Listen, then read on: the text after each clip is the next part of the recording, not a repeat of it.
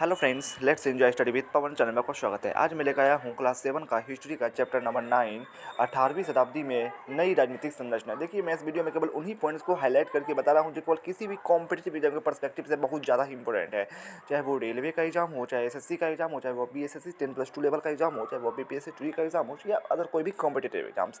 यह जो है आपका क्लास 7 का हिस्ट्री का चैप्टर नंबर 9, यह जो है हिस्ट्री का आखिरी चैप्टर है। आज आपका क्लास 7 का हिस्ट्री समाप्त हो जाएगा। तो देखिए, मैं इस वीडियो में केवल हाईलाइट पॉइंट को ही पढ़ूंगा और वही एग्ज़ाम के पर्सपेक्टिव से काफ़ी ज़्यादा इंपॉर्टेंट भी है। तो आइए स्टार्ट करते हैं अपने इस वीडियो को। सॉरी। 18वीं शताब्दी में बंगाल, अवध और हैदराबाद राज्यों का उदय हुआ है। 18वीं शताब्दी में बंगाल, अवध और हैदराबाद राज्यों का उदय हुआ। फिर नेक्स्ट पॉइंट कि मुर्शीद कुली खां और अलीवर्दी खां ने बंगाल को धीरे धीरे एक स्वतंत्र राज्य में परिवर्तित कर दिया। मुर्शीद कुली खां और अलीवर्दी खां ने बंगाल को धीरे धीरे एक स्वतंत्र राज्य में परिवर्तित कर दिया। मुगलों के अधीन अवध और हैदराबाद दो प्रमुख प्रांत थे। मुगलों के अधीन अवध और हैदराबाद दो प्रमुख प्रांत थे, जहां बुरहान उल मुल्क एवं निज़ाम उल मुल्क आसफ जाह ने क्रमशः स्वतंत्र राज्यों की स्थापना की थी। बुरहान उल मुल्क ने अवध की स्थापना की थी और निज़ाम उल मुल्क आसफ जाह ने हैदराबाद की स्थापना की थी। फिर नेक्स्ट पॉइंट पे आइए कि 18वीं शताब्दी का सबसे श्रेष्ठ राजपूत शासक आमेर, यानी जयपुर का पूरा नाम क्या था? आमेर था, का सवाई जयसिंह 1681 से 1743 ईस्वी तक शासन किया था। तो 18वीं शताब्दी का सबसे श्रेष्ठ राजपूत शासक कौन था? तो आमेर, जयपुर का सवाई जयसिंह था, जिसका जन्म 1681 में हुआ था और 1743 में उनकी मृत्यु हुई थी। फिर ये नेक्स्ट पॉइंट पर चलते हैं कि रणजीत सिंह के नेतृत्व में सिखों ने 19वीं शताब्दी में एक शक्तिशाली राज्य के रूप में अपने को परिवर्तित किया था। तो रणजीत सिंह के नेतृत्व में सिखों ने 19वीं सदी में एक शक्तिशाली राज्य के रूप में अपने को परिवर्तित किया था। तो आइए नेक्स्ट पेज पर चलते हैं।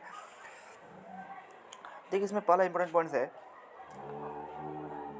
कि पैदावार को बढ़ाने के उद्देश्य से किसानों को राज्य द्वारा दिया जाने वाला ऋण तकावी ऋण कहलाता था। यानी हम जो पैदावार को बढ़ाने के लिए, पैदावार को बढ़ाने के उद्देश्य से किसानों को जो राज्य द्वारा, यानी सरकार द्वारा क्या किया जाता था? ऋण दिया जाता था। तो वो कैसा ऋण कहलाता था? तकावी ऋण कहलाता था कि आप ये फसल को बढ़ाइए। फिर नेक्स्ट पॉइंट है कि ठेकेदारी या इजारादारी पर व्यवस्था थी। आइए थोड़ा प्रश्न 4 को पूरा पढ़ते हैं, फिर ये हमको ये पॉइंट समझ में आ जाएगा। तो ठेकेदारी या इजारादारी पर व्यवस्था क्या थी? तो राजस्व वसूली के लिए एक निश्चित क्षेत्र पर निर्धारित रकम के लिए कुछ लोगों में शासक द्वारा किए गए समझौते ठेकेदारी या इजारादारी प्रथा कहलाती थी। ठीक है।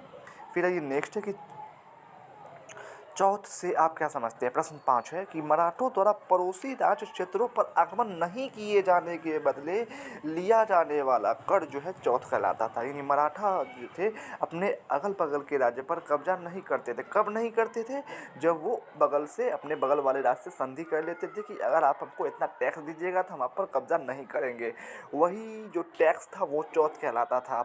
चौथ के मतलब सिंपल भाषा में समझिए आप कि पड़ोसी राज्यों पर थोपे गए कर को क्या बोलते हैं? चौथ बोलते हैं। किसके द्वारा? मराठों के द्वारा। यह कर उपज का 25% था। चौथ क्या था? चौथ मतलब चौथाई, यानी पूरी उपज का 25%। इसी को क्या बोलते हैं? चौथ बोलते हैं। फिर नेक्स्ट है कि सरदेशमुखी क्या था? तो मराठों के बड़े जमींदार परिवारों, जिन्हें सरदेशमुख कहा जाता था, मराठों के जो बड़े जमींदार परिवारों थे जिन्हें सरदेशमुख कहा जाता था, उनके द्वारा लोगों के हितों की रक्षा के बदले उनसे लिया जाने वाला कर सरदेशमुखी कहलाता था। यानी सरदेशमुख क्या कहते थे कि उनके द्वारा, सरदेशमुख के द्वारा जो था, लोगों के हितों की रक्षा के बदले उनसे क्या करते थे? वो टैक्स लेते थे, और वही टैक्स जो था सरदेशमुखी कहलाता था।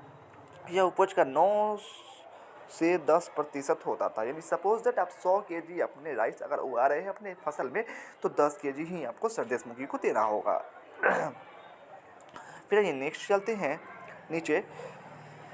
आयु याद करो, वस्तु नेक्स्ट प्रश्न देखिए, मुगलों के उत्तराधिकारी राज्य में कौन राज्य आता है? तो मुगलों के उत्तराधिकारी राज्य में अवध राज्य आता है। फिर नेक्स्ट दूसरा क्वेश्चन कि बंगाल में स्वायत्त राज्य की स्थापना किसने की थी? तो बंगाल में स्वायत्त राज्य की स्थापना मुर्शीद कुली खान ने की थी। काफ़ी ज़्यादा इंपॉर्टेंट क्वेश्चन है ये।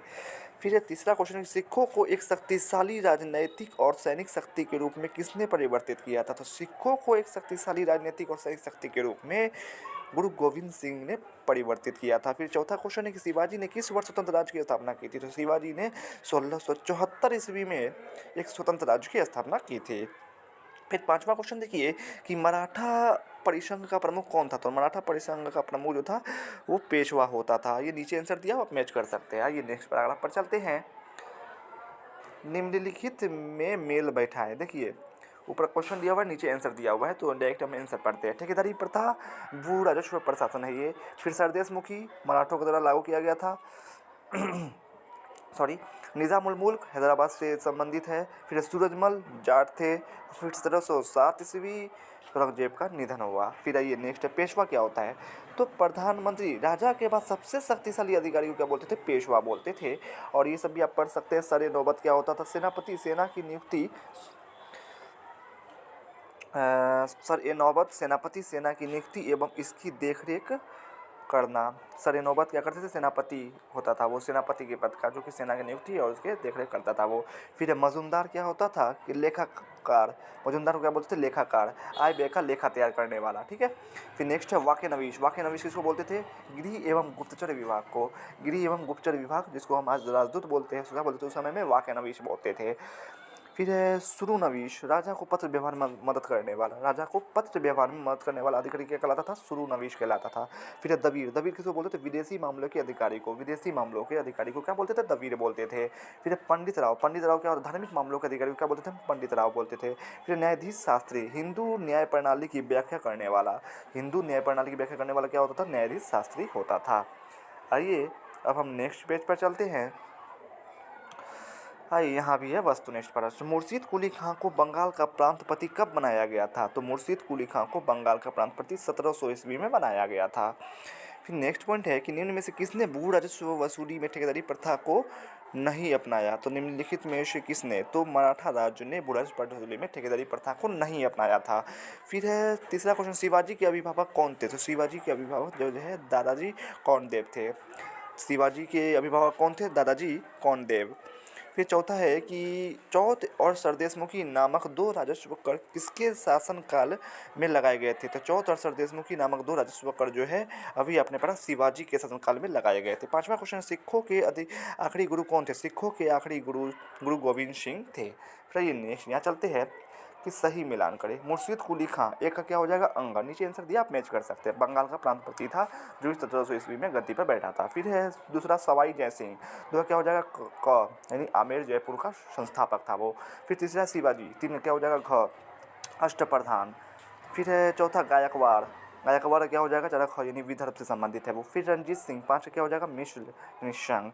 इस तरह आपका चैप्टर 9 का जो भी इम्पोर्टेंट पॉइंट था यहाँ समाप्त होता है। वीडियो कैसा लगा कमेंट्स में ज़रूर बताइएगा। अच्छा लगा हो तो प्लीज़ प्लीज़ प्लीज़ मेरे चैनल को सब्सक्राइब कीजिएगा। और मैं क्लास 6 का हिस्ट्री, ज्योग्राफी, सिविक्स और साइंस का जो भी इम्पोर्टेंट पॉइंट्स है उसका भी वीडियो मैं अपने channel let's enjoy study with Pawan पर प्लेलिस्ट बनाकर डाल चुका हूँ। आप वहाँ जाकर देख सकते हैं, या पे उसका लिंक अपने डिस्क्रिप्शन बॉक्स में डाल दूँगा, वहाँ जाकर भी देख सकते हैं। Thanks for watching.